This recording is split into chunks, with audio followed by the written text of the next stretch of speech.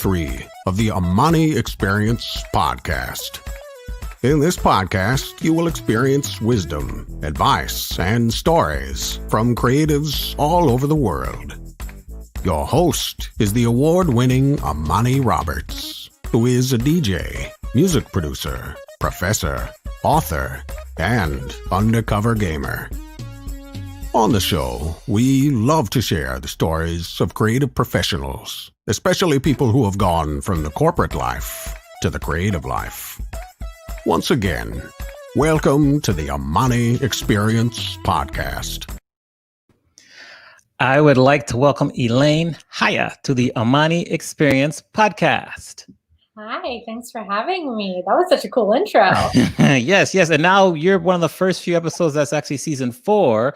So we're going to update that soon. But yeah, so, we try a little something. We do a geographical check-in whenever we start the show. So where are you based right now? I am in West Hollywood. West Hollywood, here in quarantine life as we go. Yeah. All right.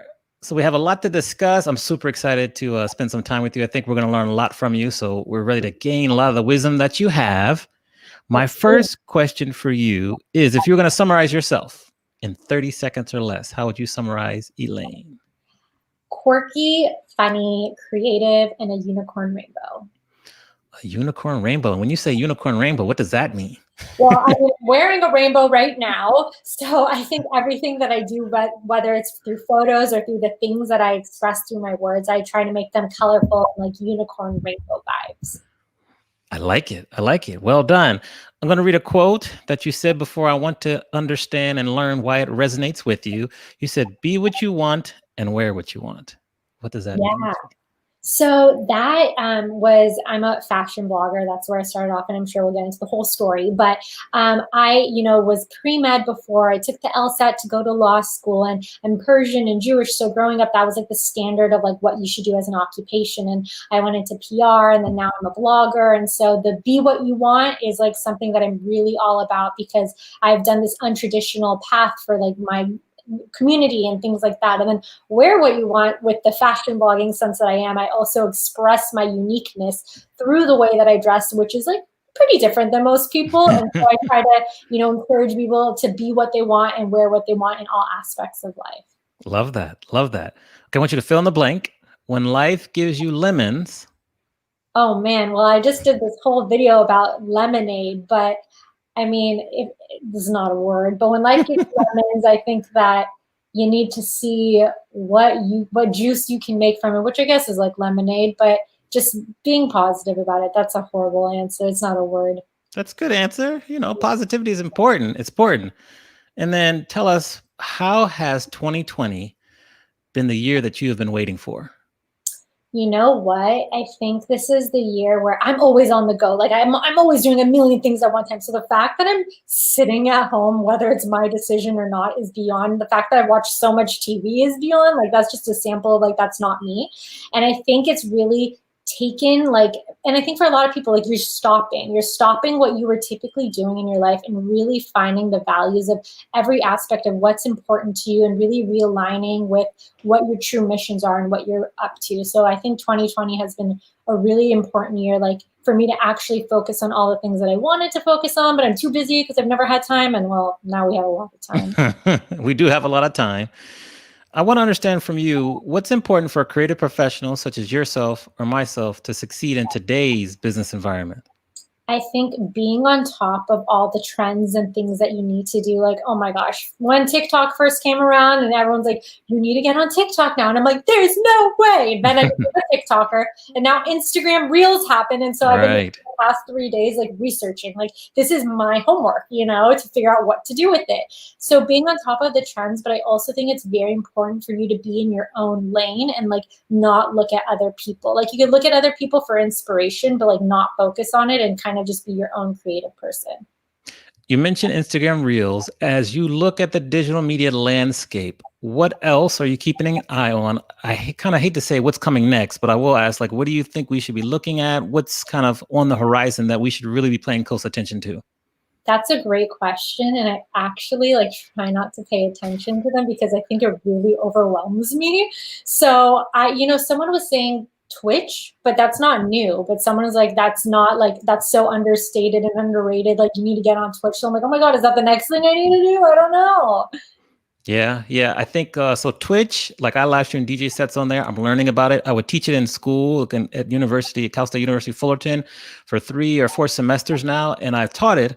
This has been the first time I've used it since about March, since lockdown happened, and I definitely see how it could be really, really big. Especially like for you, you have your own podcast. You do a lot of interviews, a lot of brand things that you do. It can really enhance the value of what you're doing and just increase your audience internationally. So I think that's one. I would say yes. Keep an eye on Twitch. We'll see about Instagram Reels. Anything else popped into your mind? No, that's it. I think there's going to be a competitor to TikTok now. I've heard from some of the TikTokers. So maybe that, but I feel like it's all kind of the same. Now that Instagram Reels has happened, like Instagram's like goodbye to every other app. Like it's coaching everything that's happening. Right. You also mentioned staying in your own lane and not looking and kind of paying attention to the competition. I really love that advice, but it's very difficult for people to do that. When you meet people and they express to you that they're struggling with that, what advice do you give them? I would give the advice of, listen, I say that based off of that's a problem that I have. And I follow so many bloggers that I've been blogging for 8 years. So I've started with so many of the people, seeing them grow, seeing them do a campaign. I'm like, why aren't I doing that? Why aren't I there? Like what, and it just messes with your mind. So it's really just trying to limit the amount of time. Like I limit the amount of time I'm on my Instagram feed. I limit the amount of time I look at other people. I barely follow other people that I like, or I'm in competition with, and I just try to focus on myself. And when you find it hard, you need to take a break. And I also do take like a full day of break away from my phone, which I purposely have now done over the years because I need a social media break and a mental break because it gets very overwhelming. And that I think also refreshes me to come back to be able to go at it again and kind of just try to focus on my own thing. All right. Great advice. Now, when we look at your career, you had several internships while you were in school. You got started really young, and then you kind of progressed and started to work for, I'm trying to look at, it's like PMK, in kind of the publicity area as well. And then you went out on your own. When you look at your career, when was the turning point when you realized this is what I'm here to do and I'm all in? So, there have been multiple points. I think first when I was in college, I went to UCLA, worked really hard to get into UCLA, and then I was pre-med there because, again, that's like what all the Persians would do. And so I was very insistent on I loved entertainment and the publicity world and marketing events and stuff like that. So I went out of my way to find these internships at MTV and all these other companies that I didn't know anyone there. I just made it happen for myself. And so I was like, okay, I'm going to figure it out. If I'm supposed to do pre-med or law, I'm studying that, but I'm going to do the internships on the side. And the more internships I did, I realized just how much I loved it. And then right when I was graduating college, I got offered a job at, as you said, PMK DNC. And my parents were not enthused by this at all. And they're like, no, you're not. And I'm like, but I am. And that was the turning point. I was like, this is the time that I need to try. And if for all else fails, I can go and be a doctor or a lawyer afterwards. I have the rest of my life to do that. And once I got that job and started working there, it's I kind of never looked back. Yeah. You were able to do what you wanted to do despite your parents' wishes, not demands, but wishes for you. How were you able to do that? What do you tell people who struggle with pursuing what they want to do instead of what their parents want them to do? So that is actually a very big part of my story. And again, about my motto, be what you want. And my parents obviously never want any bad things for me. The only reason they're so adamant that I should be a doctor or lawyer is because, growing up, that's what as a stable job. And they just want me to be successful. And I had worked so hard. So it's not like they didn't believe in me, but it's their own concerns of me doing well and successful in my career. So, it really, I cried so much throughout college about struggling with what was right to do, because you think your parents are right, and they usually are. But at some point, if you really are passionate about something, you just need to be that person for yourself. And I always looked when I was at these internships to find that president or the vice president or the marketing person. And I'm like, can I have 10 minutes to interview you and just ask them? Because I didn't have any role models telling me to go be what I wanted to be. So I was like, I need to find those for myself. And so I think for people who are struggling, it's to find those people that they can connect with, to hear their story and get their motivation and encouragement encouragement. And then also just realize, like, if your parents are saying no, it's like, you need to know where it's coming from, because like you can get resentment about it and anger. But if it's like you get where they're coming from and you can just show them. And like once I show them, I'm like, this is a legit job. Look at what I'm doing. And they're like, okay, we still don't approve, but I see what you're doing. Yeah. Great, great words. Where you are right now, who are some of your mentors? You know, I think just the people around me. I have a really good friend who's become like a partner of mine. We kind of met through the blogging world a few years back, and she does her own podcast and stuff like that. And so I think I've finally found someone who like gets my woes and what I'm going through. So anytime like Instagram Reels came around, like yesterday, she was like giving me a tutorial about what to do to like get me out of my meltdown I was having about it. So I think just finding other people around you that are like-minded and kind of achieving your goals is kind of the people that I go to as my mentors. Excellent. Why do you love what you do? It's such a love-hate, because literally I spend all my life away doing this, but I love it because I love to be creative and I'm such a creative person. And I just love the fact that even if like the one post I did, if it inspires one person to feel better about themselves or feel not alone, like that's what I'm here for. Because again, I think like everyone has like what they're up to is like kind of the mission that they're trying to succeed, and like what maybe they were missing out on. And I was missing out on having a role model to tell me to be who I wanted to be, whether it's like wearing a rainbow dress or like taking a job that I want. So like, that's why I love doing what I do, because people message me and they're like, thank you, I needed to hear what you wrote today. And so I'm like, okay, that one person is like, that was my mission for today, and it's complete. When you think back to all the posts you've done, the blog entries, Instagram posts, everything, is there one particular person or story that stands out in terms of how you had an impact on them and their life?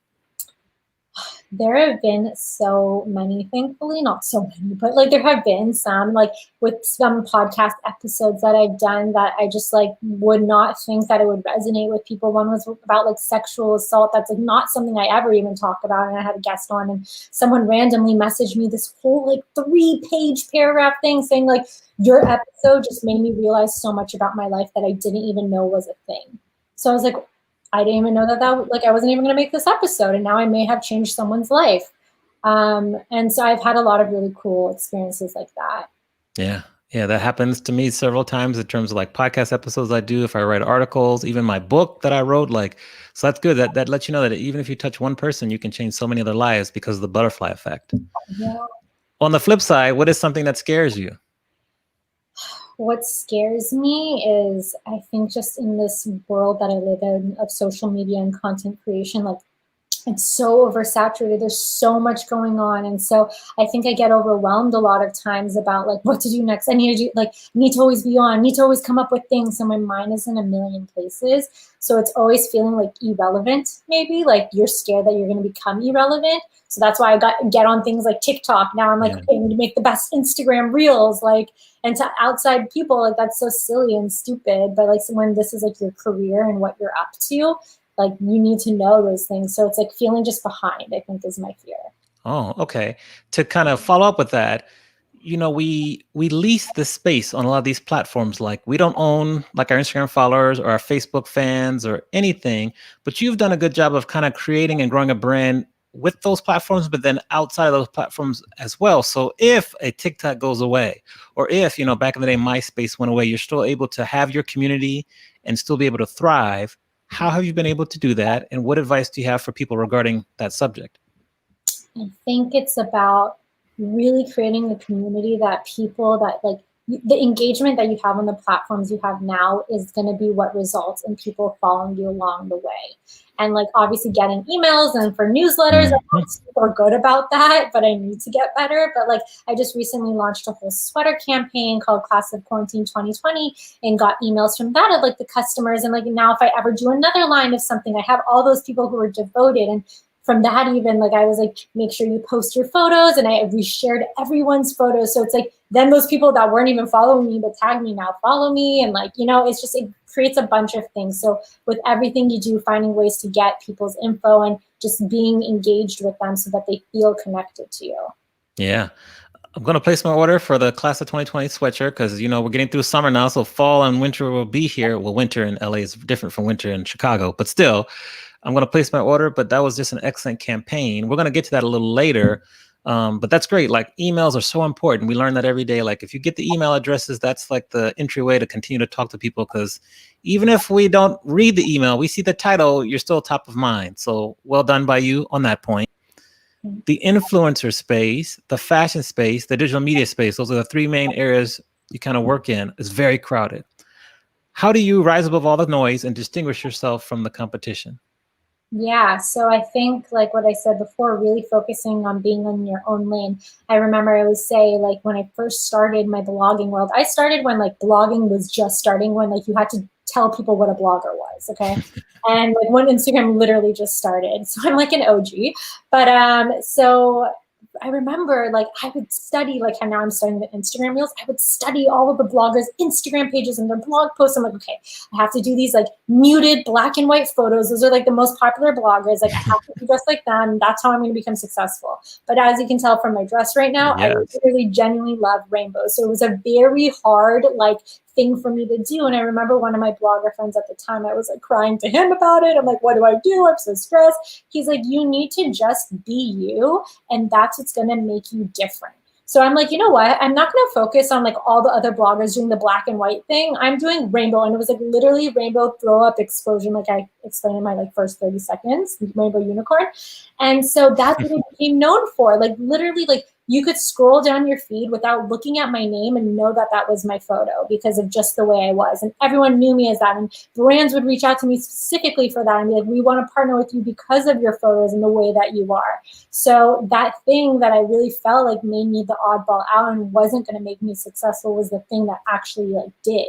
So really just focusing on what is special to you is going to make you stand out.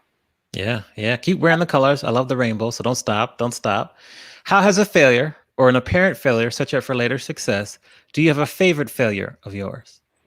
Yeah. So actually at my PR company, that was my dream job. Like I never wanted to work for myself. Like why on earth would I want to be my own boss? Like it's too much stress. Other than now, I'm like, why wouldn't I want to be my own boss? But at the time I'm like, this is my dream job. I'm just going to become president of this company. I loved it so much.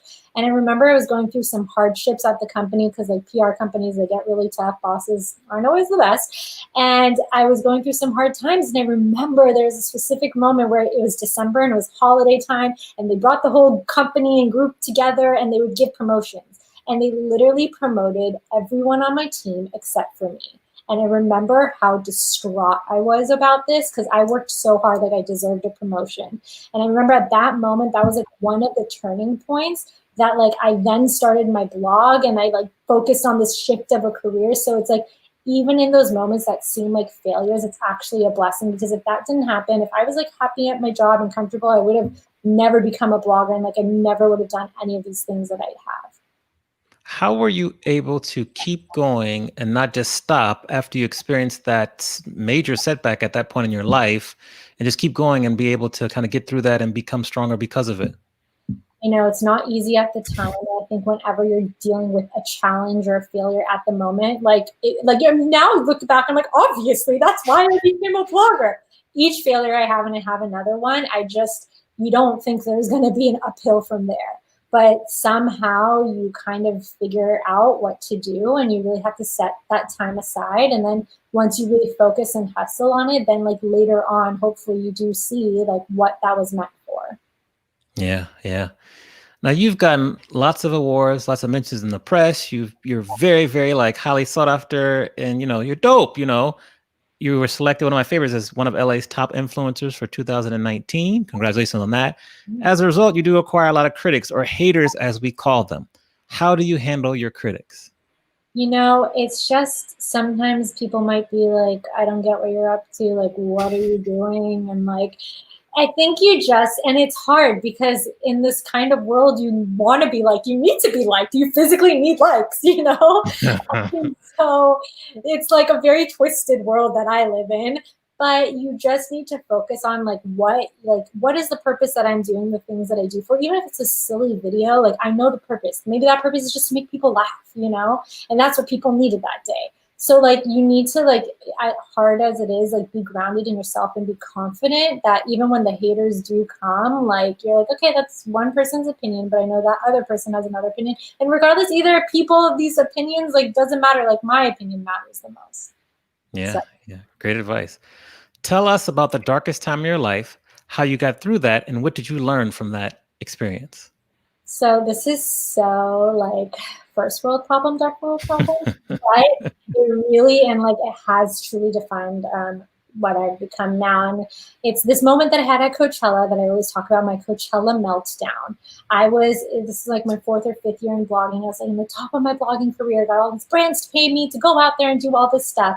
And I remember it was like the last day and I had to like go to the festival and take this photo by the Ferris wheel that if you know anyone that goes to Coachella takes this photo by the Ferris wheel. If you didn't take it, like, were you even there? Okay, and as a blogger, it's like your duty to take this photo. Again, these are all very silly, superficial things, but as someone who this is her career, I totally justify it. So when I remember I get there, I'm like sick, I like lost my voice, I missed my favorite performer, and I'm like so annoyed, and I'm stressed about this photo with the Ferris wheel. And I had an assistant, and I was like, I'm so okay. We're gonna go listen to the bands that we missed afterwards, but like, can we just take this photo real quick? And I took this most perfect fake photo that you've ever seen.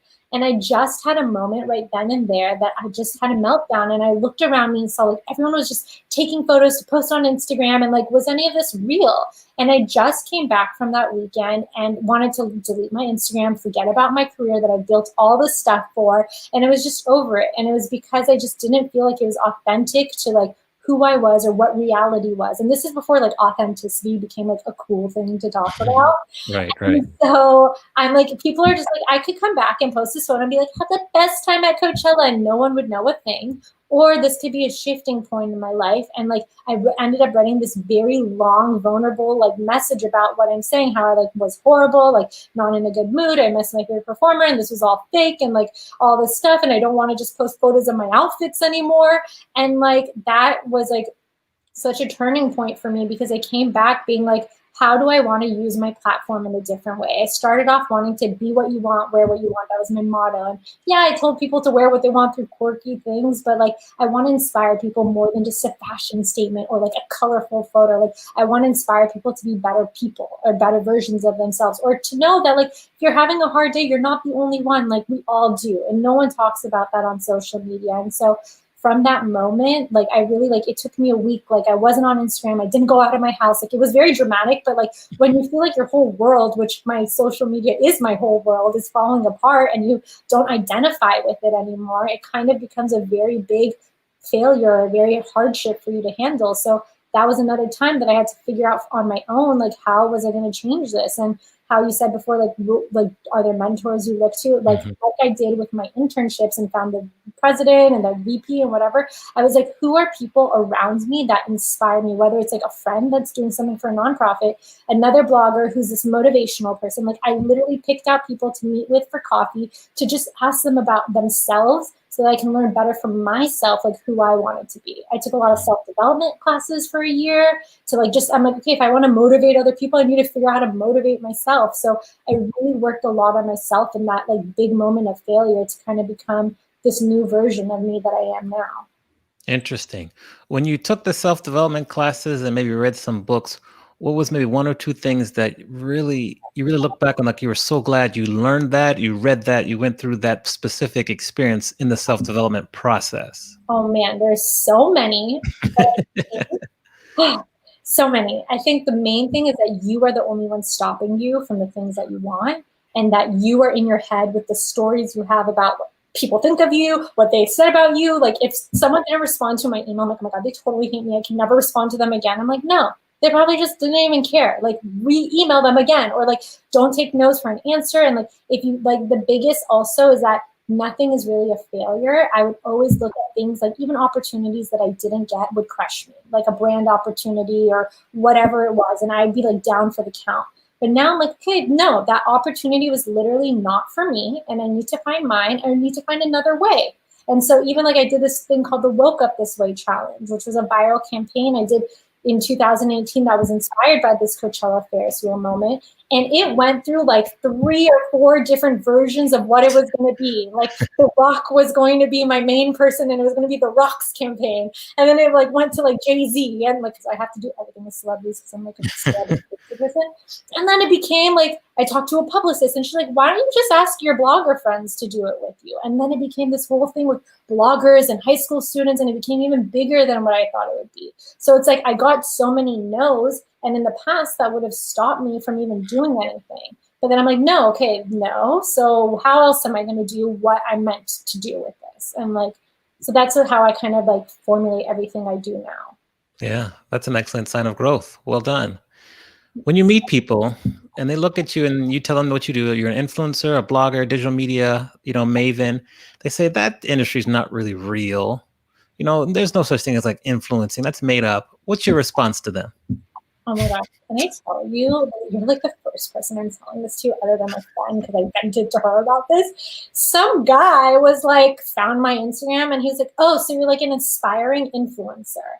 And I got so offended.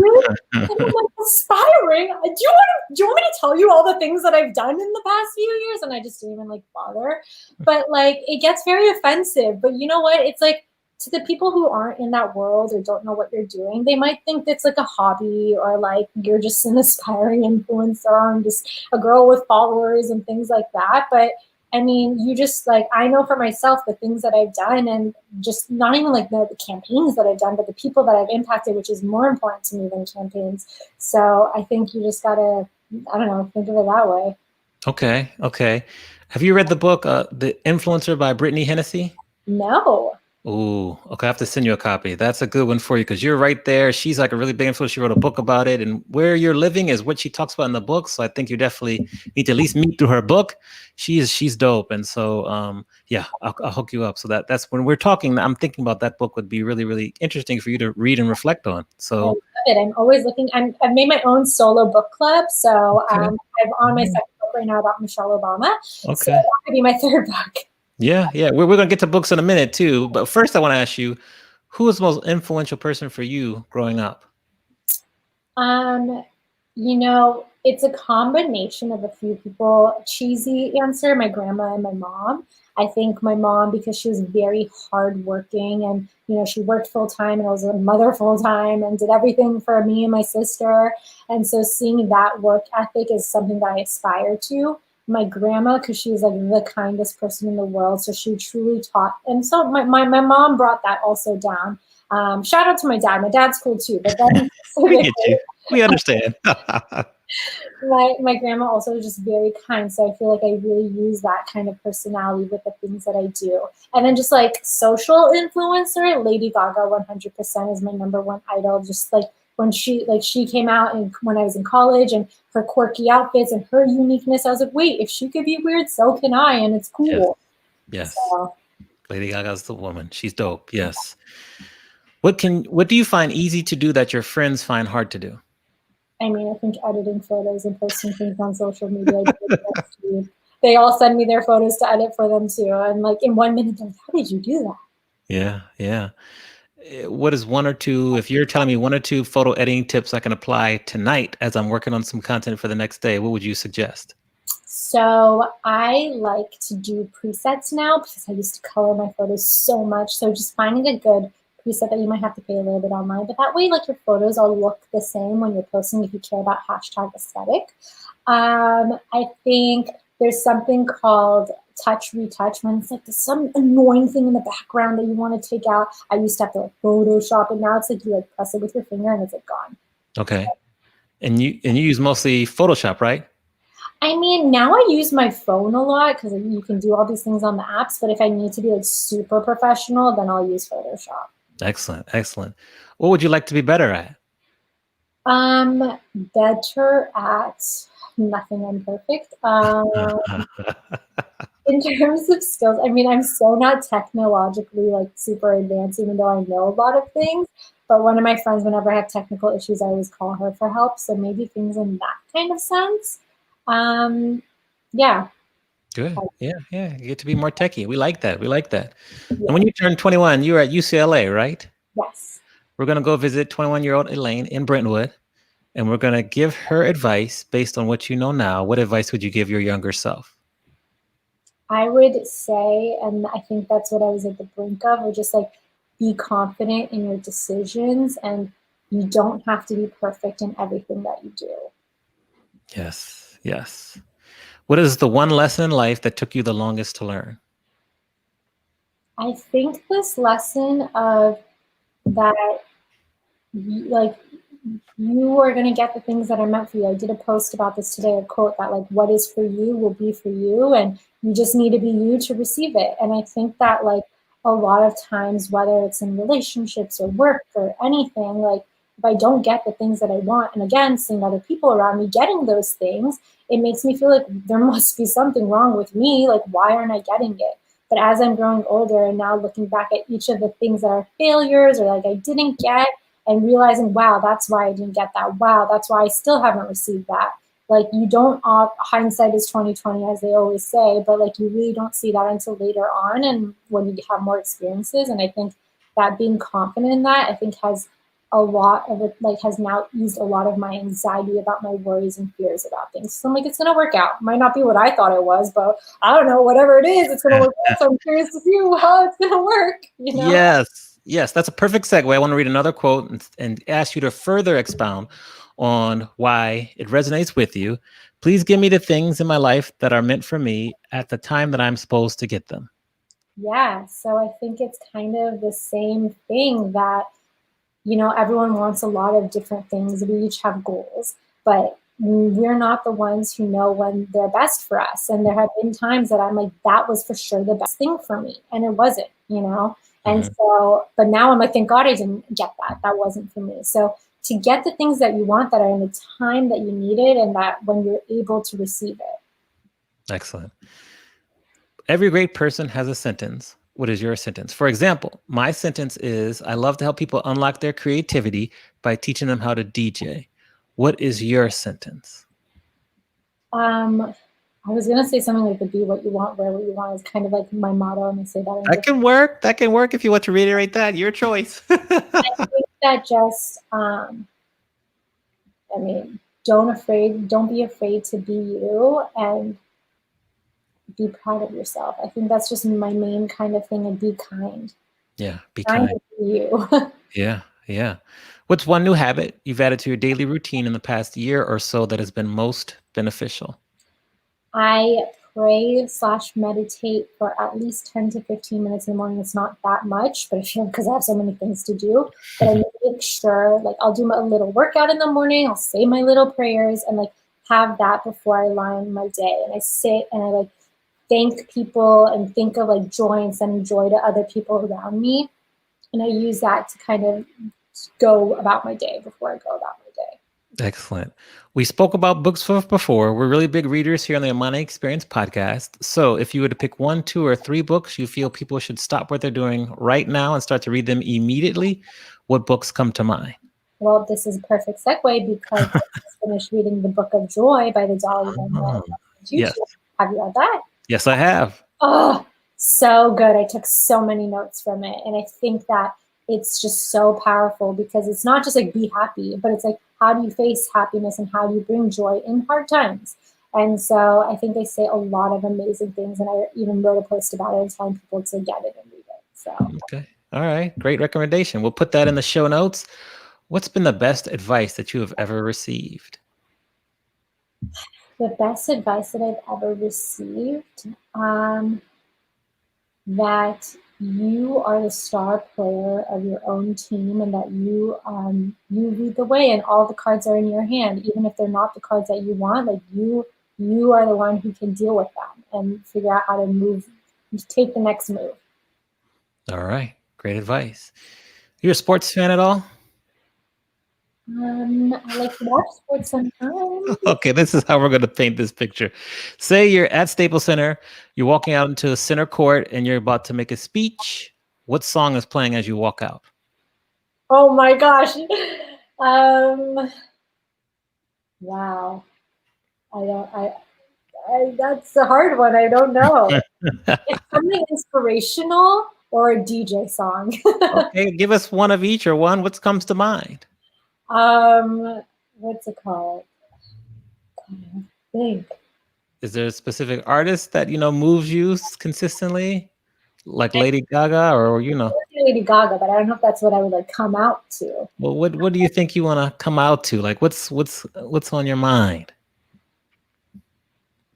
God, I maybe like an Avicii song because I love it so much. We'll pick an Avicii song for you. We'll put it out there. Okay. Cool. Well done. Well done. First, before we kind of bring this interview to a close, have you made any progress to appearing as a contestant on Dancing with the Stars yet? Oh my gosh, thank you for asking this because I want to be out there as much as possible.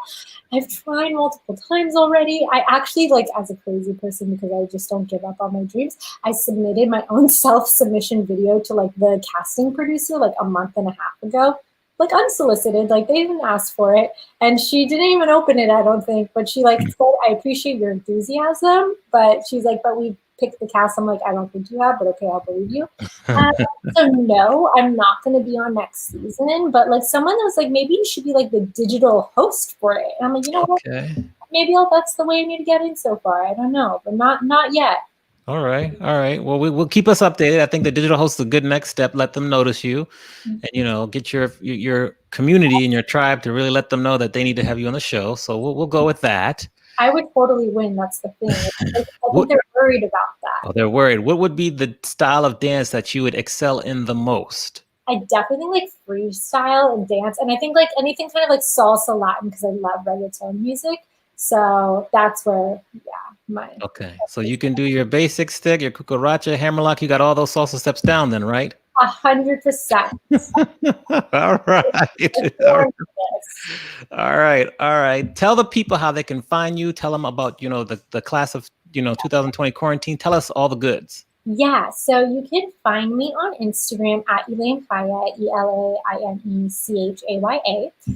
You can find my podcast Behind the Rainbow on any podcast app, Spotify, Apple Podcasts, all that kind of stuff. And yeah, I have Class of Quarantine 2020 sweatshirts, but I just finished the run. But stay tuned because I'm going to figure out what I'm doing next. But I'll have a link in my Instagram bio. So those are my like two main forms. I would say TikTok, but I don't know if that's going to be around in a month from now.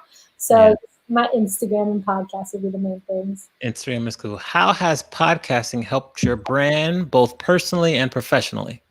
It's definitely expanded my audience to people that have never heard of me before or seen me because, I usually have other guests on it. So they share it with their followers and followings, and people who have loved the episodes share it with their friends. And so even people that I've been in my like Persian community that I never knew before now know who I am because of a certain episode that I did. So I think it's really expanded me past just people looking at my photos on Instagram. Excellent.